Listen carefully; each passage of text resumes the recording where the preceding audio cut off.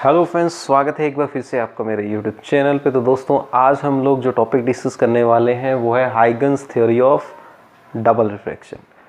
तो double refraction तो already मैंने डिस्कस किया हुआ है, बहुत डिटेल में पढ़ाया हुआ है। इस सीरीज़ के जितने भी लेक्चर्स अब तक मैंने कवर किए हैं वो सभी लेक्चर्स का लिंक डिस्क्रिप्शन बॉक्स में है। अगर आपने अभी पहले के लेक्चर्स नहीं देखे वो आप जाके देख सकते हो, ठीक है। तो आज मैं आप लोगों को डबल रिफ्रैक्शन के फिनोमेना को एक्सप्लेन करने के लिए जो हम हाइगन थ्योरी यूज़ करते हैं वो बताऊंगा, ठीक। तो डबल रिफ्रैक्शन तो सबको पता है भाई। डबल रिफ्रैक्शन हमने पढ़ा है ऑलरेडी पिछले लेक्चर्स में। इस सीरीज़ में हमने पढ़ा है डबल रिफ्रैक्शन के बारे में कि डबल रिफ्रैक्शन क्या होता है कि जब भी हम किसी अनपोलराइज्ड लाइट को किसी डबल रिफ्रैक्टिंग मीडियम जैसे कि कैल्साइट क्रिस्टल, सपोज मैंने ये क्या ले लिया, एक कैल्साइट क्रिस्टल ले लिया एक, कि जब हम किसी अनपोलराइज्ड लाइट, सपोज ये मेरी क्या है, एक अनपोलराइज्ड लाइट है, कि जब हम किसी अनपोलराइज्ड लाइट को किसी डबल रिफ्रैक्टिंग मीडियम जैसे कि कोई कैल्साइट क्रिस्टल उसमें से पास करते हैं, वो कुछ भी हो सकता है, चाहे कैल्साइट क्रिस्टल ले लो, चाहे हम टर्मलाइन क्रिस्टल भी ले सकते हैं। तो जब कैल्साइट क्रिस्टल में से हम अनपोलराइज्ड लाइट को पास करवाते हैं, then it splits up into two kind of rays of light. One is ordinary ray, second one is extraordinary ray. हमने बेटा पढ़ा है ऑर्डिनरी रे में जो वाइब्रेशंस होती हैं they are perpendicular to the plane of paper, और extraordinary ray में जो वाइब्रेशंस होती हैं they are in the plane of paper, ठीक है। तो ये हमने पढ़ा है।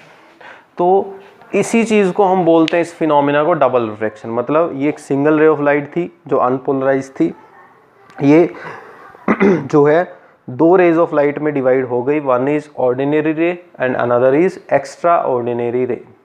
अब जो ऑर्डिनरी रे होती है, ऑर्डिनरी रे की क्या डेफिनेशन होती है, जो ऑर्डिनरी रे है इसकी क्या खासियत होती है कि ऑर्डिनरी रे की जो स्पीड है, जो वेलोसिटी है, its speed is constant in all directions, constant in all directions, कि जो ऑर्डिनरी रे है इसकी स्पीड हर डायरेक्शन में क्या रहती है, कांस्टेंट। और जो हमारी एक्स्ट्रा ऑर्डिनरी रे है इसके बारे में भी हमने पढ़ा है कि इसकी जो स्पीड है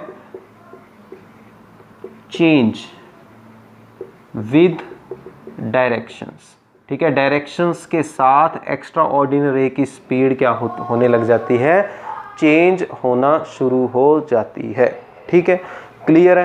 तो ये एक्स्ट्रा ऑर्डिनरी है, यहाँ तक हमने पढ़ा हुआ है पिछली क्लासेस में।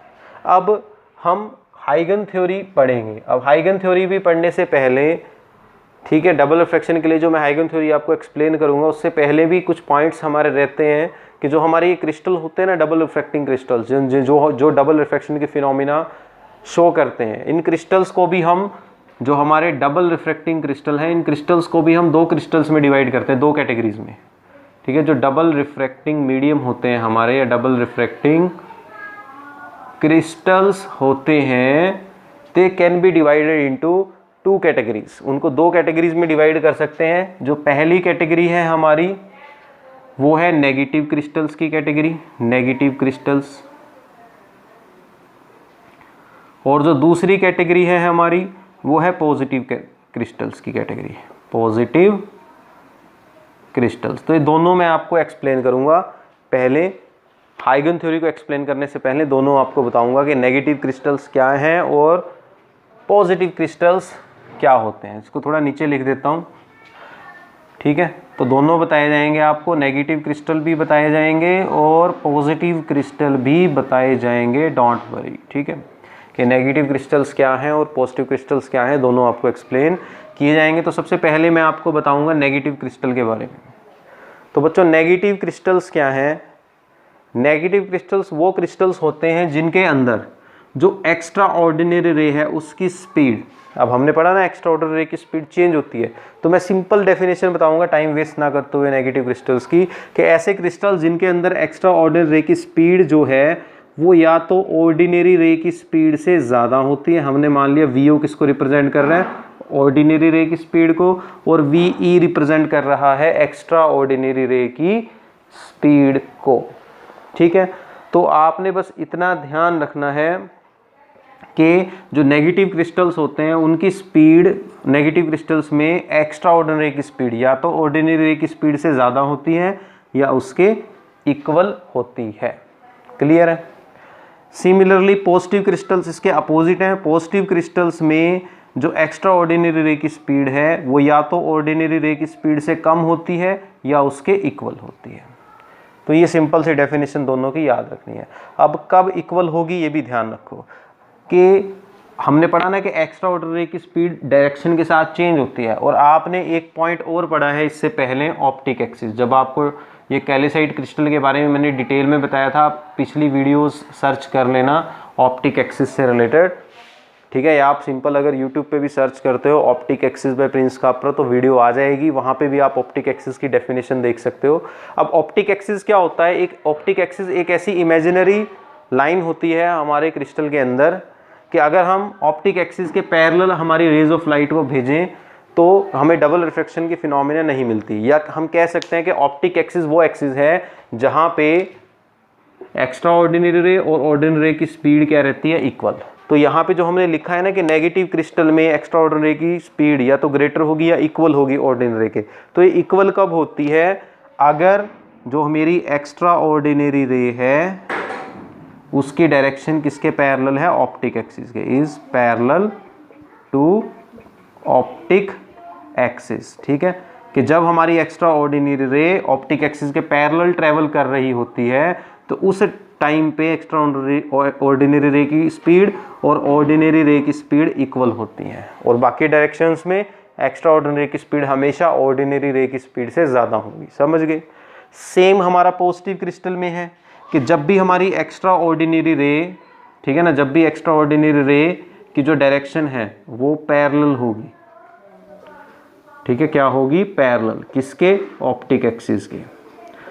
तब हमारी एक्स्ट्रा ऑर्डिनरी की स्पीड और ऑर्डिनरी की स्पीड इक्वल रहेगी, और बाकी डायरेक्शंस में एक्स्ट्रा ऑर्डिनरी की स्पीड ऑर्डिनरी रे से कम रहेगी in case of positive crystal. ये आपको ध्यान रखना है, ठीक है। एग्जांपल्स क्या क्या हैं इन क्रिस्टल्स के? नेगेटिव क्रिस्टल्स के एग्जांपल हैं जैसे कि कैल्साइट क्रिस्टल। कैल्साइट क्रिस्टल एक नेगेटिव क्रिस्टल है, मतलब कैल्साइट क्रिस्टल में एक्स्ट्रा ऑर्डिनरी की स्पीड ज़्यादा होती है ऑर्डिनरी की स्पीड से। ऐसे ही टर्मलाइन क्रिस्टल, ये भी किसका एग्जाम्पल है? नेगेटिव क्रिस्टल का एग्जाम्पल है। सिमिलरली पॉजिटिव क्रिस्टल के क्या क्या एग्जाम्पल है? क्वार्ट्ज क्रिस्टल और आइस, ये किसके एग्जाम्पल है? पॉजिटिव क्रिस्टल के एग्जाम्पल हैं। समझ में आ गया भाई? तो ये ज़रूरी थे पढ़ने क्योंकि ये हाइगन थ्योरी में यूज़ होंगे। तो मैंने अभी आपको सिर्फ क्या बताया? डबल रिफ्रैक्शन क्या है, ऑर्डिनरी रे क्या है, एक्स्ट्रा ऑर्डिनरी रे क्या है, नेगेटिव क्रिस्टल क्या है और पॉजिटिव क्रिस्टल क्या है, ये मैंने आपको बता दिया। अब मैं इससे आगे आप लोगों को जो है टर्म्स एक्सप्लेन करूँगा। मीन्स इससे आगे अब हम हाइगन थ्योरी ही पढ़ने वाले हैं। तो इसको मैं रब कर देता हूँ क्योंकि अब बात आ चुकी है हाइगन थ्योरी की। तो देखो इसको मैं रब कर देता हूँ। So now we will discuss about the Huygens wave theory. So अब हाइगन थ्योरी कहीं ना कहीं आपके माइंड में ये क्लिक किया होगा कि हाइगन थ्योरी तो भैया हमने पढ़ी हुई है पहले। यस डियर स्टूडेंट्स, हमने हाइगन्स थ्योरी पढ़ी है 12th क्लास में। कौन सी यूनिट में पढ़ी है? यूनिट नंबर 6 जो ऑप्टिक्स थी। तो 12th क्लास में ऑप्टिक्स जो थी उसमें हमने हाइगन्स थ्योरी पढ़ी है, ठीक। और ऑप्टिक्स में भी कौन सी चैप्टर में पढ़ी थी? इसके वेव ऑप्टिक्स वाले पार्ट में पढ़ी थी, ठीक है, जिसमें इंटरफेरेंस, डिफ्रैक्शन, पोलराइजेशन हमने पढ़ा है ना 12th क्लास में। तो वेव ऑप्टिक्स वाला पोर्शन उसमें हमने ऑलरेडी हाइगन थ्योरी पढ़ी हुई है, ठीक। तो वहाँ पे हमने हाइगन थ्योरी पढ़ी थी और यहाँ हम उसी हाइगन थ्योरी का यूज़ करेंगे डबल रिफ्रैक्शन के लिए। मतलब आज मैं आपको डबल रिफ्रैक्शन के केस में बताने वाला हूँ हाइगन थ्योरी क्या है। तो पहले मैं आपको वो वाली हाइगन थ्योरी बताऊँगा जो हमने 12th क्लास में पढ़ी है, ठीक है। तो वैसे तो मैं आप लोगों को एक एडवाइस भी दूंगा कि एक बार आप 12th क्लास की कोई भी टेक्स्ट बुक उठा लें फिजिक्स की और वहाँ से एक बार हाइगन की जो थ्योरी है वो ज़रूर पढ़ें, ठीक है। उसके बाद आपको और ज़्यादा डिटेल में ये टॉपिक जो है समझ में आएगा। लेकिन फिर भी मैं एक ओवरव्यू दे देता हूँ जल्दी जल्दी, बिना कम टाइम लूँगा मैं, लेकिन कोशिश रहेगी कि डिटेल में आपको हाइगन थ्योरी जो 12th क्लास में आपने पढ़ी थी वो बता दूँ। तो अभी मैं सिर्फ आपको 12th क्लास में हमने जो हाइगन थ्योरी पढ़ी है वो बता देता हूँ, ठीक है। हाइगन थ्योरी जो हमने ट्वेल्थ क्लास में पढ़ी है, थोड़ा फास्ट समझाऊंगा। तो हाइगन थ्योरी पढ़ने से पहले बच्चे हमने ट्वेल्थ क्लास में एक टर्म और पढ़ी है, वेव फ्रंट। सबको याद होगा, वेव फ्रंट सबने पढ़ी है, ठीक। तो वेव फ्रंट क्या है? वेव फ्रंट से पहले भी हमने ट्वेल्थ क्लास में ये भी पढ़ा है कि लाइट किसकी तरह एक्ट करती है, एक वेव की तरह। वेव नेचर पढ़ते थे ना हम लाइट की, लाइट किसकी तरह एक्ट करती है, एक वेव की तरह। और वेव हम सबको पता है वेव क्या होती है, any kind of disturbance. Wave एक तरह का क्या है, डिस्टर्बेंस है, any kind of disturbance travelling in space, उसे वेव बोलते हैं। तो इसका मतलब जब लाइट ट्रैवल करती है स्पेस में तो एक तरह से वो एक तरह का डिस्टर्बेंस है जो ट्रैवल कर रहा है स्पेस में, ठीक। तो वेव फ्रंट क्या होता है, वेव फ्रंट किसी भी वेव का एक पार्ट होता है। और डेफिनेशन क्या है वेव फ्रंट की, अब क्योंकि जैसे मैंने कहा वेव एक तरह का क्या है, डिस्टर्बेंस, मतलब कुछ वाइब्रेशंस हैं जो स्पेस में ट्रैवल करती हैं। तो वेव फ्रंट की क्या डेफिनेशन बनती है, डेफिनेशन से आपको सब क्लियर हो जाएगा। वेव फ्रंट की डेफिनेशन बनती है कि it is the locus of all points which are vibrating in the same plane, ठीक है ना। कि वेव फ्रंट क्या होता है, उन सभी पॉइंट्स का लोकस, लोकस मतलब उनका ग्रुप, के सभी पॉइंट्स के मिलने से जो बनता है। एक वेव फ्रंट एक ऐसा लोकस है उन सभी पॉइंट्स का जो सेम प्लेन कह लो या सेम फेस बोल लो, कि जो सेम फेस में वाइब्रेट करते हैं उन्हें हम क्या बोलते हैं, वेव फ्रंट।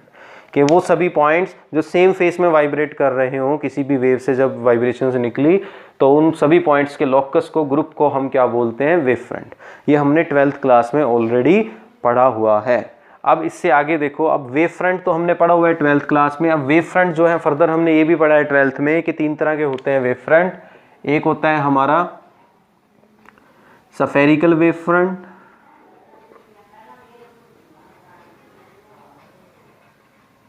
ठीक है।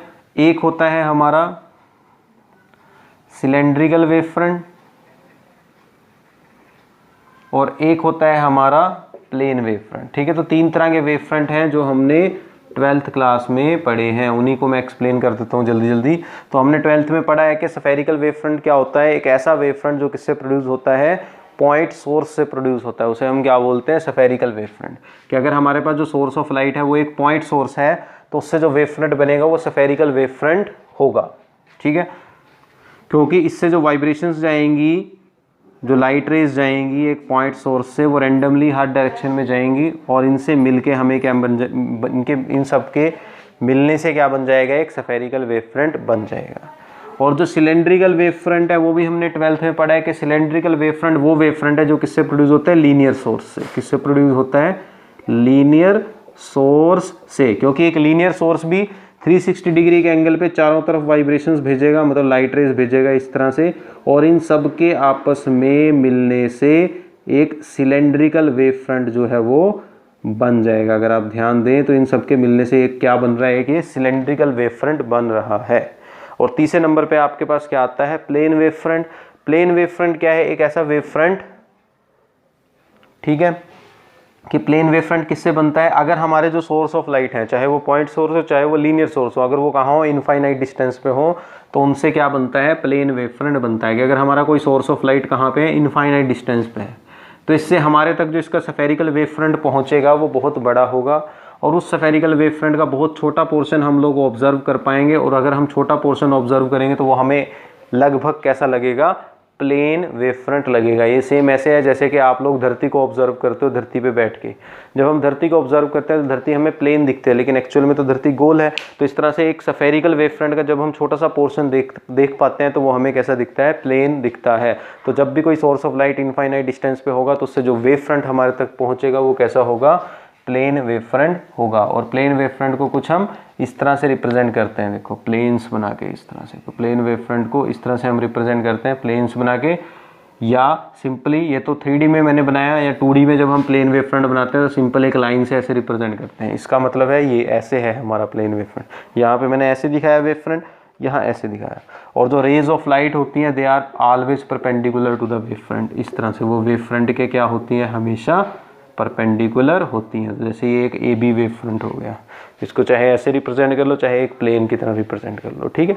तो ये है वेव फ्रंट जो हमने क्लास 12th में अब तक पढ़े हुए हैं, ठीक है, और ये ज़रूरी भी हैं।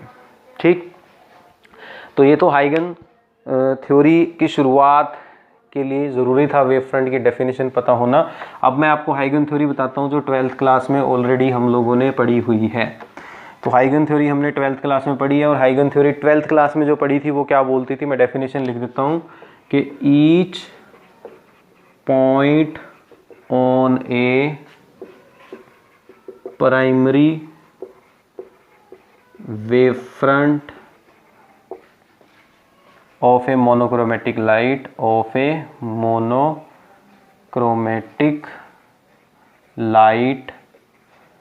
act as a source of secondary wave front। ठीक है, तो ये हमने पढ़ी हुई है। और हाइगन थ्योरी क्या बोलते हैं कि प्राइमरी वेव फ्रंट जो है किसी भी मोनोक्रोमेट लाइट का, ठीक है, जो ईच पॉइंट मतलब किसी भी मोनोक्रोमेट लाइट के प्राइमरी वेव फ्रंट पे जो भी हम पॉइंट, इसको या ऐसे भी लिख सकते हो आपके, each point on a primary wave front of a monochromatic light act as a source of secondary wavelets. ठीक है, इसको एक्सप्लेन करूंगा डायग्राम बना के। Act as a source of secondary wavelets. Wavelets क्या होती है, एक तरह का डिस्टर्बेंस, ठीक है ना। And these wavelets combined together to make secondary wave front, और ये सभी आपस में मिलके फिर क्या बनाती हैं, सेकेंडरी वेव फ्रंट बनाती है। तो ये आपकी हाइगन थ्योरी है जो बच्चे आपने 12th क्लास में ऑलरेडी पढ़ी हुई है। मैं दोबारा एक्सप्लेन कर देता हूँ। तो हाइगन थ्योरी बेटा क्या बोलती है कि जैसे सपोज ये कोई सोर्स ऑफ लाइट है और ये इसका प्राइमरी वेव फ्रंट है। मतलब मैं ये बताने वाला हूँ कि हाइगन थ्योरी के अकॉर्डिंग कैसे एक वेव फ्रंट से दूसरा वेव फ्रंट प्रोड्यूस होता है। कि ये एक प्राइमरी वेव फ्रंट हमने ले लिया, इस वेव फ्रंट पे जितने भी पॉइंट होंगे वो सभी एक सेकेंडरी, वो किसकी तरह एक्ट करेंगे, as a fresh source of secondary wavelets. मतलब कि अगर मैं इस पर कुछ पॉइंट्स लेता हूँ, जैसे पॉइंट 1, ये पॉइंट 2, ये पॉइंट 3 और ये पॉइंट 4, तो ये मैंने जितने भी पॉइंट्स लिए हैं इन सभी पॉइंट्स से नए डिस्टर्बेंस क्रिएट होंगे, सेकेंडरी वेवलेट्स प्रोड्यूस होंगी। मतलब इस तरह से ये अपने आप में एक सोर्स ऑफ लाइट की तरह एक्ट करेंगे और क्या जनरेट करेंगे, सेकेंडरी वेवलेट्स जनरेट करेंगे इस तरह से। सिमिलरली ये वाला पॉइंट भी क्या जनरेट करेगा, सेकेंडरी वेवलेट्स। तो ये तो बहुत सारे पॉइंट्स होते हैं, हमने सिर्फ 4 पॉइंट डिस्कस किए हैं, 4 पॉइंट लिए हैं फॉर एग्जांपल। ठीक है, तो ये अपने चारों तरफ इस तरह से जो है डिस्टर्बेंस क्रिएट करेंगे।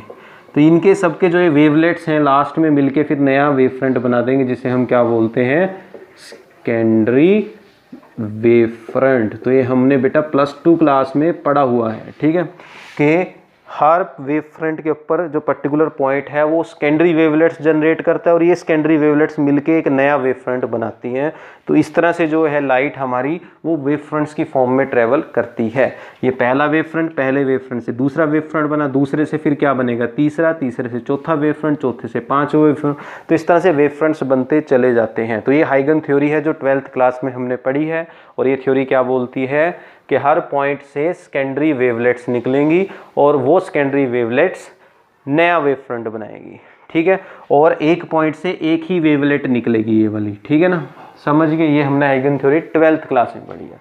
और अब हम इसी हाइगन थ्योरी का यूज करेंगे डबल रिफ्रैक्शन के लिए। तो हाइगन थ्योरी जो डबल रिफ्रैक्शन की है वो पढ़ेंगे हम। अब जो हमने 12th क्लास में हाइगन थ्योरी पढ़ी थी वो सिंपल रिफ्रैक्शन के लिए थी, वो डबल रिफ्रैक्शन के लिए नहीं थी। अब ध्यान से देखो कि डबल रिफ्रैक्शन के केस में क्या चेंजेस आते हैं हाइगन थ्योरी में। तो हाइगन थ्योरी के जो पोस्टुलेट्स हैं वो मैं लिख देता हूं, जो पॉइंट्स हैं।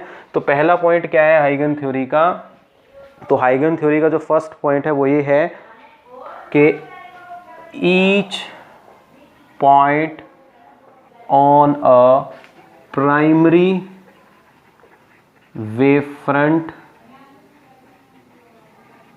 of a monochromatic light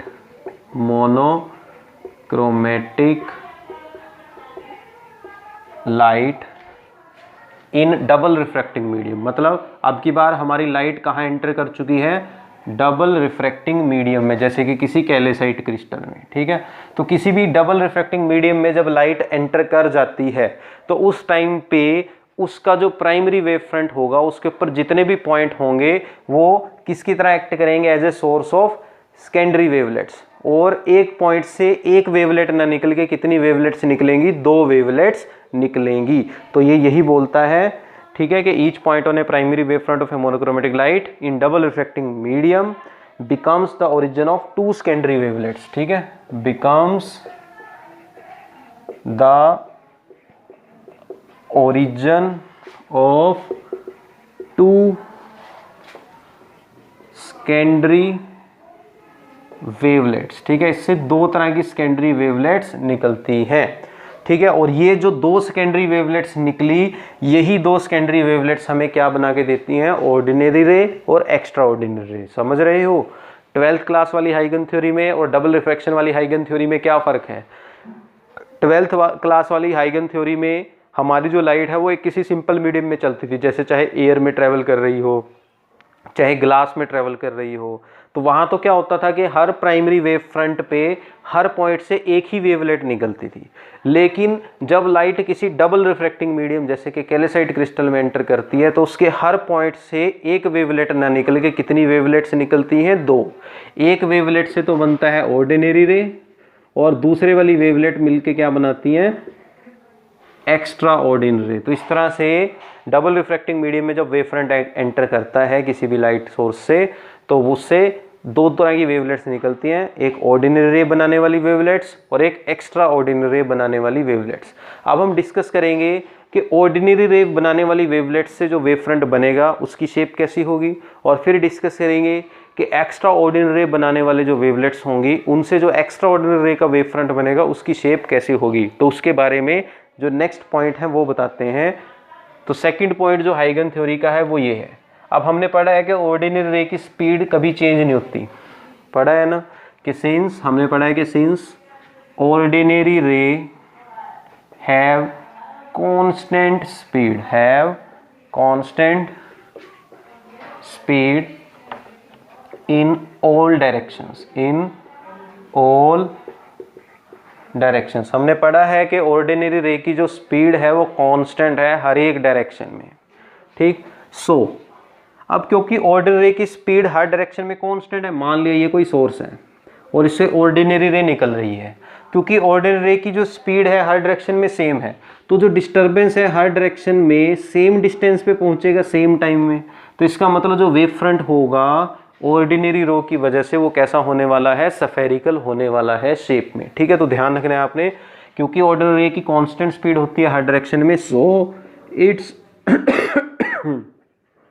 wave front is spherical in shape. तो इसका वेव फ्रंट कैसा होता है शेप में, स्फेरिकल, ठीक है ना, विद ऑप्टिक एक्सिस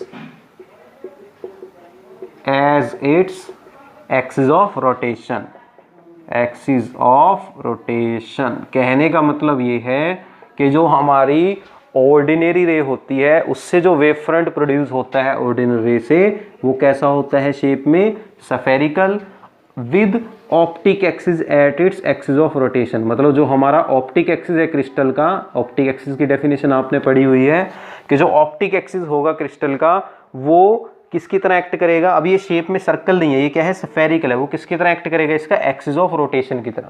कैसा लग रहा है कि ये इसके चारों ओर रोटेट कर रही है, ऐसे सेंटर में से स्फीयर के ऐसे ऑप्टिक एक्सिस निकल रहा है, तो ऑप्टिक एक्सिस यहाँ किसकी तरह एक्ट कर रहा है, एक एक्सिस ऑफ रोटेशन की तरह एक्ट कर रहा है, ठीक है, क्लियर है। तो ये ऑर्डिनरी रे का वेव फ्रंट है in case of double refraction, ठीक। अब हम डिस्कस करेंगे, तो ये तो हमें पता लग गया क्योंकि ऑर्डिनरी रे की स्पीड तो हर डायरेक्शन में सेम रहती है, तो उसका तो वेव फ्रंट कैसा आएगा, स्फेरिकल आएगा। बट अब हम डिस्कस करेंगे कि एक्स्ट्रा ऑर्डिनरी रे का वेव फ्रंट कैसा होगा, ठीक। तो एक्स्ट्रा ऑर्डिनरी रे का जो वेव फ्रंट है, मैं ये 2 पॉइंट्स मिटा देता हूँ क्योंकि आपको पता लगे। पहला पॉइंट बोलता है कि हर वेव फ्रंट से 2 वेवलेट्स निकलेंगी हर पॉइंट से, और दूसरा पॉइंट बोलता है कि ऑर्डिनरी रे का वेव फ्रंट स्फेरिकल होगा।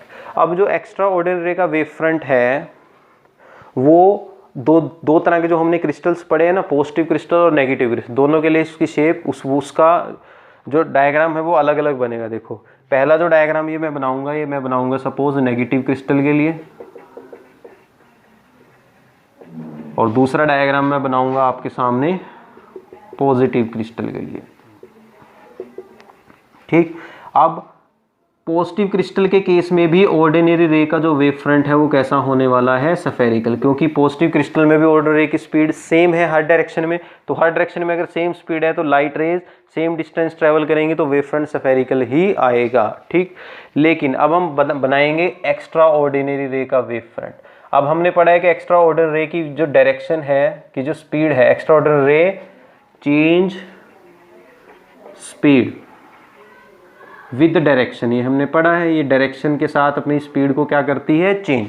और हमने ये भी पढ़ा है कि जब ऑप्टिक एक्सिस के पैरेलल होती है एक्स्ट्रा ऑर्डिनरी रे की डायरेक्शन, ठीक है ना, when direction of extraordinary ray is parallel to optic axis, then, कि जब ऑप्टिक एक्सिस के पैरेलल होती है एक्स्ट्रा ऑर्डिनरी रे की डायरेक्शन, तब हमने पढ़ा है कि उस टाइम पे एक्स्ट्रा ऑर्डिनरी रे की स्पीड और ऑर्डिनरी रे की स्पीड आपस में क्या होती हैं, इक्वल होती हैं। मान लिया VE क्या है, एक्स्ट्रा ऑर्डिनरी रे की स्पीड, VO क्या है, ऑर्डिनरी रे की स्पीड। ये आपको मैंने बताया हुआ है कि इस टाइम पे हमारी जो स्पीड्स हैं दोनों रेज की सेम होगी। लेकिन हमने ये भी पढ़ा है कि नेगेटिव क्रिस्टल में हमारे पास जो एक्स्ट्रा ऑर्डिनरी रे है उसकी स्पीड या तो ज़्यादा होती है ऑर्डिनरी रे से या इक्वल होती है। इक्वल कब है, जब वो extra ordinary ray optic axis के पैरेलल चल रही है, और ग्रेटर कब है, जब extra ordinary ray optic axis के पैरेलल नहीं है। तो इसलिए एक्स्ट्रा ऑर्डिनरी रे का जो शेप बनेगा वेव फ्रंट का वो कैसा होगा, शेप में इलिप्सोइडल। कैसा होगा, कैसा होगा, शेप में इलिप्सोइडल होगा, ठीक है, ये ध्यान रखना है आपने, कैसा होगा, इलिप्सोइडल। देखो मैं ड्रॉ करता हूं तो चेक करना। अब जैसा हमें पता है कि ऑप्टिक एक्सिस वाले पॉइंट पे दोनों रे, जैसे ये सोर्स था हमारा जिसमें से ये ऑर्डिनरी रे निकली, अब मैं इस सोर्स से एक्स्ट्रा ऑर्डिनरी रे निकालने वाला हूं, क्योंकि अब ये सोर्स किस में है, सेकेंडरी, मतलब डबल रिफ्लेक्टिंग मीडियम में चल रहा है। तो इससे ऑर्डिनरी रे तो हमने निकाल ली जिसने स्फेरिकल वेव फ्रंट बनाया। अब इसमें से मैं क्या निकालने वाला हूँ, एक्स्ट्रा ऑर्डिनरी रे। अब एक्स्ट्रा ऑर्डिनरी रे जो है ऑप्टिक एक्सिस की डायरेक्शन में जब चलती है तो उसकी स्पीड किसके इक्वल होगी, ऑर्डिनरी रे के। तो इसका मतलब एक्स्ट्रा ऑर्डिनरी रे और ऑर्डिनरी रे ऑप्टिक एक्सिस के पैरेलल तो सेम पॉइंट पे पहुंचेंगे यहाँ। लेकिन जब ऑप्टिक एक्सिस के परपेंडिकुलर चलती है ऑर्डिनरी रे तो वो यहाँ तक पहुंचेगी, और एक्स्ट्रा ऑर्डिनरी रे इससे थोड़ा आगे चली जाएगी, क्योंकि ऑप्टिक एक्सिस के परपेंडिकुलर डायरेक्शन में एक्स्ट्रा ऑर्डिनरी की स्पीड ऑर्डिनरी रे से ज़्यादा होती है और मैक्सिमम होती है, तो ऑर्डिनरी रे मैक्सिमम डिस्टेंस तक पहुंच जाएगी यहाँ तक। तो इसका मतलब ऑर्डिनरी रे का जो वेव फ्रंट है वो कुछ ऐसा होने वाला है, और इस तरफ भी ऐसा। तो आप देख सकते हो कि ऑप्टिक एक्सिस के पैरेलल जब चलती हैं दोनों रेज तो उनके वेव फ्रंट कोइंसाइड करते हैं इन दो पॉइंट्स पे, क्योंकि स्पीड इक्वल है। लेकिन इसके बाद ऑप्टिक एक्सिस के जब वो पैरेलल नहीं होती तो जो ऑर्डिनरी है वो तो स्फेरिकल बनती है, लेकिन एक्स्ट्रा ऑर्डिनरी रे की स्पीड क्योंकि बढ़ती जा रही है तो इसलिए उसका स्फेरिकल ना बन के रेडियस बढ़ती जाएगी, पाथ की, वेव फ्रंट की रेडियस बढ़ती जाएगी। तो इसलिए वेव फ्रंट कैसा आएगा, इलिप्सोइडल आएगा शेप में। तो ये किसका वेव फ्रंट बनाया मैंने, ऑर्डिनरी और एक्स्ट्रा ऑर्डिनरी का, किसके केस में, नेगेटिव क्रिस्टल के केस में, अकॉर्डिंग टू हाइगन थ्योरी। तो ये हाइगन थ्योरी ये बोलती है, ठीक है। सेम हम क्रिस्टल पॉजिटिव क्रिस्टल के केस में ड्रॉ करेंगे। अब पॉजिटिव क्रिस्टल के केस में हमने पढ़ा है कि एक्स्ट्रा ऑर्डिनरी की स्पीड या तो लेस होती है ऑर्डिनरी से या उसके इक्वल। इक्वल कब होती है, जब वो ऑप्टिक एक्सिस के पैरेलल हो। तो ये हमारा ऑप्टिक एक्सिस है, ये जो डॉटेड लाइन है, ठीक है। जब ऑप्टिक एक्सिस के पैरेलल तो ऑर्डिनरी रे और एक्स्ट्रा ऑर्डिनरी रे सेम डिस्टेंस ट्रैवल करेंगे तो यहाँ पे कोइंसाइड करेंगे उनके वेव फ्रंट। लेकिन जब ऑप्टिक एक्सिस के पैरेलल नहीं है तब एक्स्ट्रा ऑर्डिनरी की स्पीड कम होगी ऑर्डिनरी रे से, और जब परपेंडिकुलर डायरेक्शन होगी ऑप्टिक एक्सिस के तो परपेंडिकुलर डायरेक्शन में तो एक्स्ट्रा ऑर्डिनरी की स्पीड सबसे कम होगी। सपोज परपेंडिकुलर डायरेक्शन में जब एक्स्ट्रा ऑर्डिनरी मूव करती है तो वो यहीं तक पहुंच पाती है, तब तक ऑर्डिनरी रे यहाँ तक पहुंच जाती है। तो इसका मतलब जो एक्स्ट्रा ऑर्डिनरी का वेव फ्रंट है वो इलिप्सोइडल होगा शेप में, कुछ इस तरह से। तो इस बार जो इलिप्सोइड आया है वो कहाँ आया है, एक्स्ट्रा ऑर्डिनरी का अंदर और सफियर के अंदर आया है। तो ये जो डायग्राम है हमें मिलेंगे। ये आई थिंक सबको समझ में आ गया होगा। तो ये पॉजिटिव क्रिस्टल है, पॉजिटिव क्रिस्टल के केस में इलिप्सोइड अंदर आएगा, नेगेटिव क्रिस्टल के केस में इलिप्सोइड बाहर आएगा, क्योंकि नेगेटिव क्रिस्टल में एक्स्ट्रा ऑर्डिनरी की स्पीड ज़्यादा होती है। ऑर्डिनरी जो पॉजिटिव क्रिस्टल है उसमें एक्स्ट्रा ऑर्डिनरी की स्पीड कम होती है, तो इसका क्रिस्टल, इसका जो वेव फ्रंट है वो अंदर आएगा ऑर्डिनरी वेव फ्रंट के, ठीक है। तो ये थी दोस्तों Huygen theory according to Huygen theory of double refraction. तो आज हमने ये टॉपिक पढ़ा, हमने डबल रिफ्रैक्शन के लिए हाइगन थ्योरी को एक्सप्लेन किया है आज की इस वीडियो में। उम्मीद करता हूँ आपको ये बहुत अच्छे से समझ में आया होगा। अगर समझ में आ गया है तो वीडियो को लाइक ज़रूर करें और कमेंट में अपना रिस्पांस, अपनी फीडबैक ज़रूर दें, आपको कैसे लगा मेरे समझाने का स्टाइल, ठीक है।